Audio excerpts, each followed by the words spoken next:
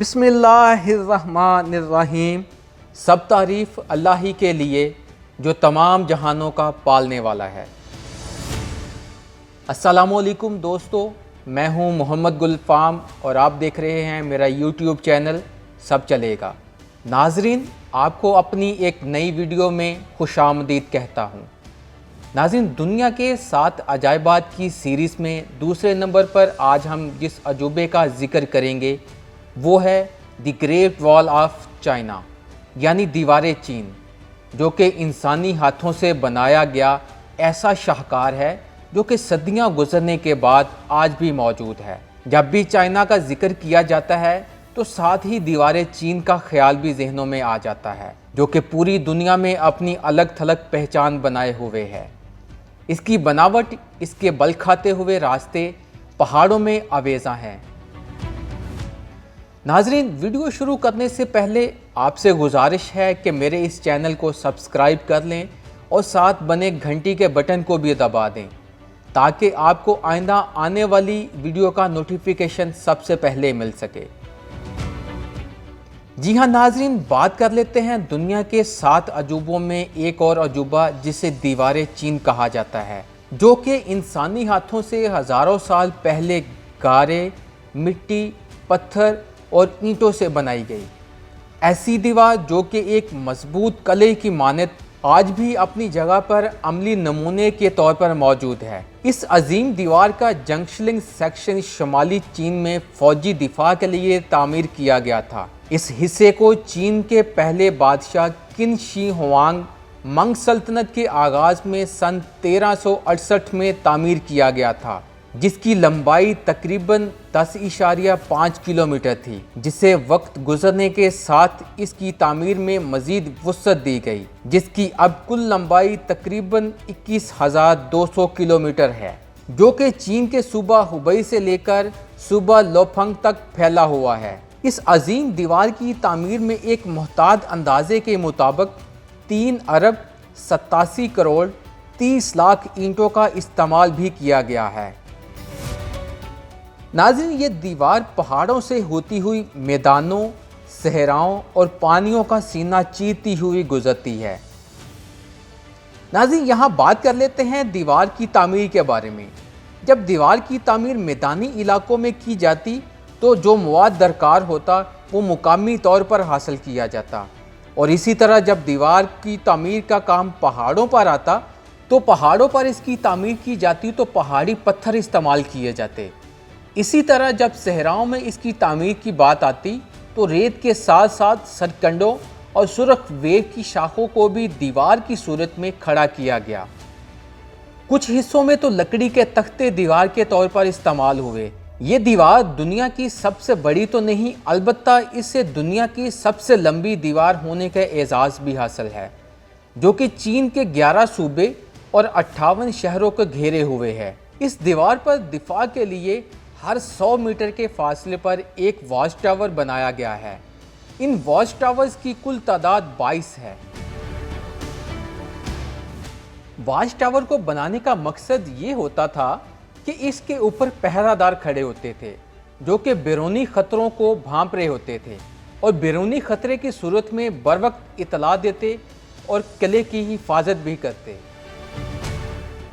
ناظرین، یہاں سوال یہ پیدا ہوتا ہے کہ آخر 2200 سال قبل چائنا کے لوگوں کو ایسی کیا ضرورت پیش آئی کہ انہیں اتنی بلند و بالا اور اتنی لمبی دیوار بنانا پڑی۔ ناظرین، دیوار بنانے کی 2 ہی وجہ ہو سکتی ہیں، یا تو اپنی سرحد کی نشاندہی کرنی ہو یا پھر بیرونی خطروں سے بچاؤ کے لیے دیوار کی تعمیر کی جاتی ہے۔ لیکن یہاں چین کے عظیم اور بہادر لوگوں نے اس دیوار کو اپنے دفاع کے لیے تعمیر کیا۔ اس دیوار کی تعمیر کے لیے چائنا کے مقامی مزدوروں اور کاریگروں نے حصہ لیا، جن کی تعداد لاکھوں میں بتائی جاتی ہے، جن میں سے مزدوروں اور کاریگروں کی ایک بڑی تعداد اپنے گھروں کو واپس بھی نہ لوٹ سکے اور تعمیر کے دوران ہی اپنی زندگیاں گنوا دیں، جن کی تعداد 10 لاکھ کے قریب بتائی جاتی ہے۔ ناظرین، زمانہ قدیم میں شہروں کو بیرونی حملوں سے بچانے کے لیے کوئی نہ کوئی دفاع بنایا جاتا تھا۔ اس زمانے میں یہ دفاع ایک خندق کی صورت میں ہوتا تھا، جو کہ ایک خاص قلعے کی مانند یا اس خاص شہر کے گرد ایک خندق کھود دی جاتی تھی یا پھر ایک مضبوط دیوار بنا دی جاتی تھی تاکہ دشمنوں کے حملوں سے بچا جا سکے۔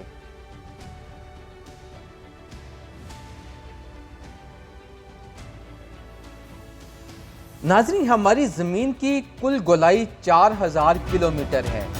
یوں یہ عظیم دیوار پوری دنیا کی گولائی کا آدھا حصہ ہے، یعنی اگر اس دیوار کی لمبائی کو 2 سے ضرب دی جائے تو یہ پوری دنیا کی گولائی کے برابر بنتی ہے۔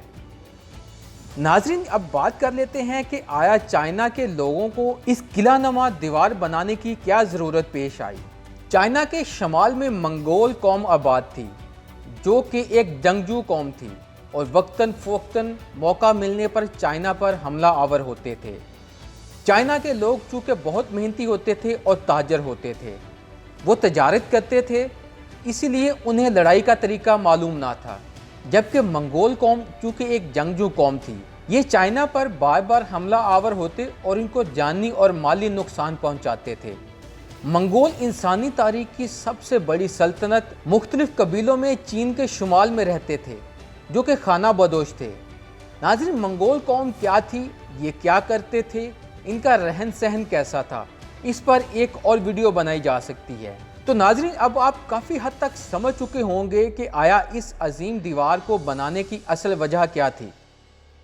اب یہ دیوار ایک سیاحتی مقام کی جگہ لے چکی ہے، جو کہ وقت گزرنے کے ساتھ ساتھ موسمی تبدیلیوں، طویل العمری اور انسانی سرگرمیوں کی بدولت یہ دیوار آہستہ آہستہ اپنا وجود کھوتی جا رہی ہے۔ اس کے کافی حصے اب خستہ حالی کا شکار ہو چکے ہیں، جس میں سے لوگوں نے اینٹیں اور پتھر نکال کر اپنے ذاتی استعمال میں لانا شروع کر دی ہیں۔ اب اسے حکومت وقت کی بے خیالی سمجھیں یا پھر اپنے آباء و اجداد کی بنائی ہوئی اس شاہکار سے بے مروتی کہی جائے، البتہ جو بھی ہے، یہ عظیم دیوار عظیم جمہوریہ چین کی پہچان ہے۔